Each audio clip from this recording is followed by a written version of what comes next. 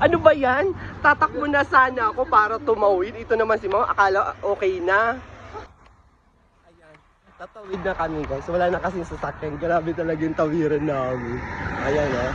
Walang tawiran. Kasi malayo yung tawiran. Malayo kasi yung tawiran. Kaya shortcut yung ginawa namin. Takbo! Ayan, tatakbo kami na. Ayan.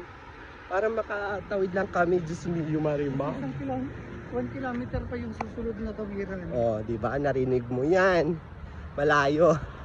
Kaya kailangan namin tumawid ng hindi pwede tumawid dapat yan eh.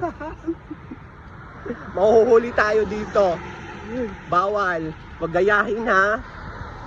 Grabe yung pawis ko. Kalalakad namin. Para pawisan talaga. Maganda kasi guys pag pinapawasan. Yung problema kasi papasok kayo sa sa mall. Magkakasakit tayo dito na kasi malamig. Ay, cotton company. Ano yun, Mama? Damit yan? Ah, may bagong bukas dito ha. May shop. Pang abaya. Guys, nasa loob na kami ha. Ayan. Para tingin-tingin lang. Para hindi ba ma-bored. Buti pa dito sa mall may mga halaman. Ang lalaki.